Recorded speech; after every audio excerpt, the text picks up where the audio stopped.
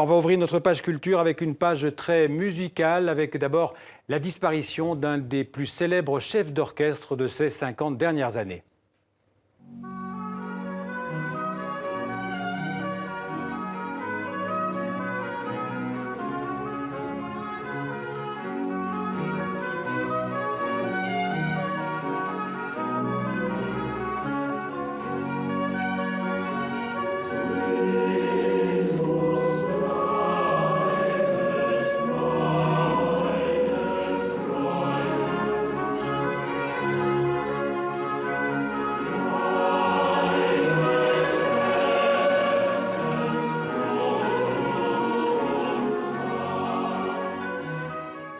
Bonsoir Jean-Baptiste. Bonsoir Xavier. Alors ce chef d'orchestre, c'est Nicklaus Harnoncourt qui vient de mourir, il avait 86 ans. Oui, c'était l'une des grandes baguettes de la musique classique, de la musique baroque en particulier.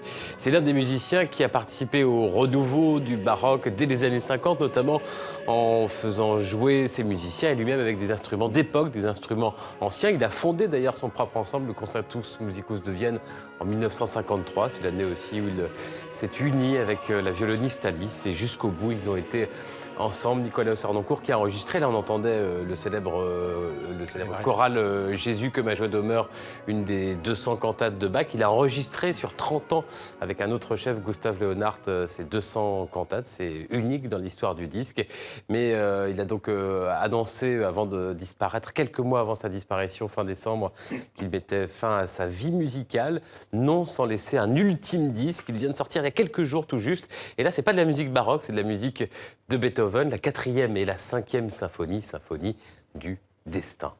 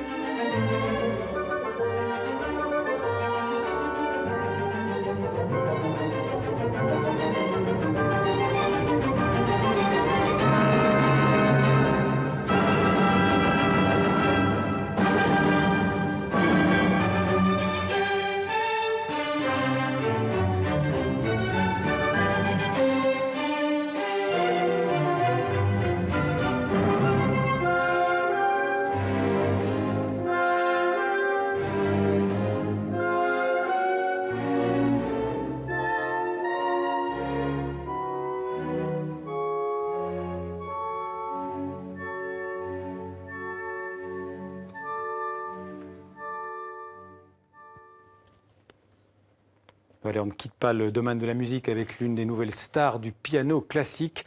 Elle n'a pas 30 ans, elle vient de Géorgie et elle s'appelle Katia Bouniatichvili. Elle a 28 ans tout juste et en effet c'est l'une des pianistes les plus demandées sur la scène internationale. Elle a déjà fait 3 disques. Katia Bouniatichvili, c'est notamment la partenaire privilégiée du violoniste Renaud Capuçon. Il nous en avait parlé ici il y a quelques semaines au moment où il fêtait ses 40 ans. Et ce qui la distingue, Katia Bouniatichvili, c'est sa fougue, son jeu volcanique pas conventionnel. Alors ça plaît beaucoup à certains, pas à d'autres. En tout cas, elle sort son 3e disque, ça s'appelle Kaléidoscope. Il y a des œuvres de Russes, elle est géorgienne, Moussorgsky, Stravinsky, œuvre du français Ravel également. Pourquoi Kaléidoscope? Nous avons rencontré la charmante pianiste géorgienne francophone.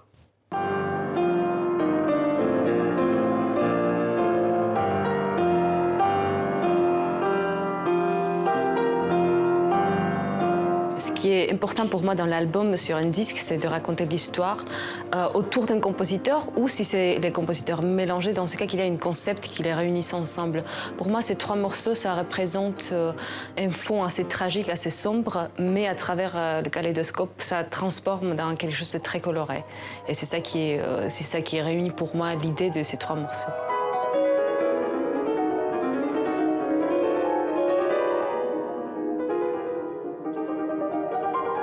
Pour moi, l'art n'a pas de règles. C'est ça qui est la différence entre la vie et l'art, que dans la vie, il y a les règles, je respecte comme citoyenne du monde entier, mais Dans l'art, il n'y a pas de règles, donc ça reste subjectif, ça reste une fantaisie réalisée. Donc naturellement, il y aura des gens qui vont aimer et qui vont pas aimer. L'important pour moi, c'est de rester sincère envers soi-même, envers l'œuvre. Je fais des risques naturellement, mais ce n'est pas du tout parce que je veux faire une provocation, pas du tout.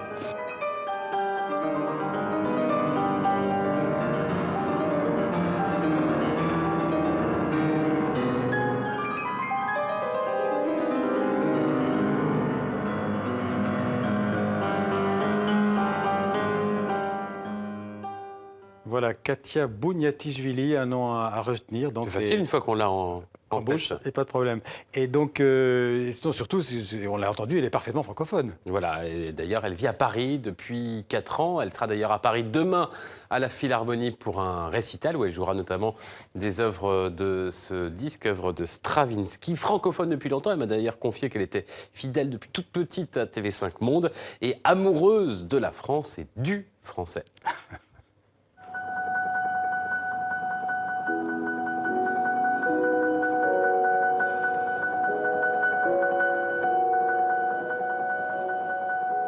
Mes parents, ils voulaient qu'on apprenne beaucoup de langues avec ma sœur, donc on a appris 5. Français, c'était par l'amour, c'était pas par une obligation, parce que j'habitais pas en France à l'époque, mais c'est parce que j'aime la France, j'aime la culture française, je me sens proche de ça, j'aime Paris. Je ne suis pas très originale de dire ça, mais j'aime vraiment profondément, donc c'était ça la raison. Donc avec ma sœur, vers 14-15 ans, on a commencé à apprendre français, et c'est devenu la partie de notre vie. Et maintenant, j'habite à Paris.